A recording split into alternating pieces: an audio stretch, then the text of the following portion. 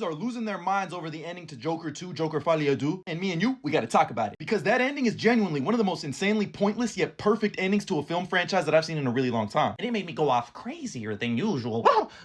This is your spoiler warning. You have been warned. So the movie ends with Arthur, who's now representing himself in court, succumbing to his shadow that has overshadowed him, the Joker, only to realize that he's not the Joker, he's just Arthur Fleck. He essentially gives up, admits to his crimes of killing, and releases the Joker persona off of his back, to which Lady Gaga's Harley Quinn in this movie is disgusted. I mean, it's so bad that we think that she sends herself to the gulag. So the next day in court, when the jury is basically saying, hey, you're guilty of this, guilty of that, guilty of this, boom, you looking for this? A fucking explosion goes off. Oh yeah, by the way, Harvey Dent is in this movie, working the case against Arthur, and you guessed it, due to this explosion, the left side of his face is fucked. But I mean, hey, it's better than Salvatore Maroni throwing acid in your face. But it turns out the explosion was caused by not Harley Quinn, but some of the Joker's supporters who try to get him to get away. But he escapes from them and goes to the infamous steps from the first movie, where Lee is just waiting on the steps. Which I thought was super convenient and weird, because one, she didn't off herself. Two, she wasn't the one that set off the explosion. And three, I guess she was just taking in the last moments of the Joker she thought she knew. When Arthur pulls up, she breaks up with him, because he's just Arthur Fleck, not the Joker. Which, by the way, some shady shit, and Harley Quinn would never do that. And now, with nothing to live for, the cops arrest Arthur, take him back to Arkham, where he gets a call that he has a visitor. Could it be Harley Quinn? I guess we'll never know. Because on his way, an inmate who is a big fan of the Joker stops him and asks him if he can tell him a joke. Now, I've seen a lot of people saying that it was Jacob Laughlin, but I don't think that was the same actor at the end. Either way, this inmate tells a terrible joke that ends with, you get what you deserve, and then he stabs Arthur Fleck multiple times. And as Arthur Fleck is left there bleeding out, this new inmate cackling like,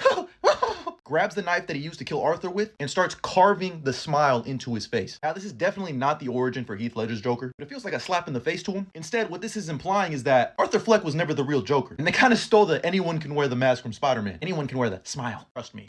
I'm a man of my word. And that's how Joker 2 ends. Now, on one hand, I fucking hated it. But on the second hand, I think it's the perfect way to end this duology. Because these two movies were really never the Joker. It was a Scorsese riff duology, reskinned with Batman IP characters. So in my opinion, this duology got what it fucking deserved. And yeah, the Joker inspiring another Joker is definitely something we've seen in the comics before, and we've seen it in Gotham, the TV show. But me personally, I'm not a big fan of that. I don't want my Joker to live off of someone else's legacy. I've never liked that adaptation in the comics or the TV show, but it's just personal preference. Again, it definitely is some Joker type shit, but the best Joker we'll ever see in live action is still Heath Ledger. Because madness is like gravity. All it takes is a little push. That one line of dialogue accomplished more than 2 movies. But I'm curious to hear your thoughts. What do you think about this ending? Drop a comment down below, and as always, like and follow for more.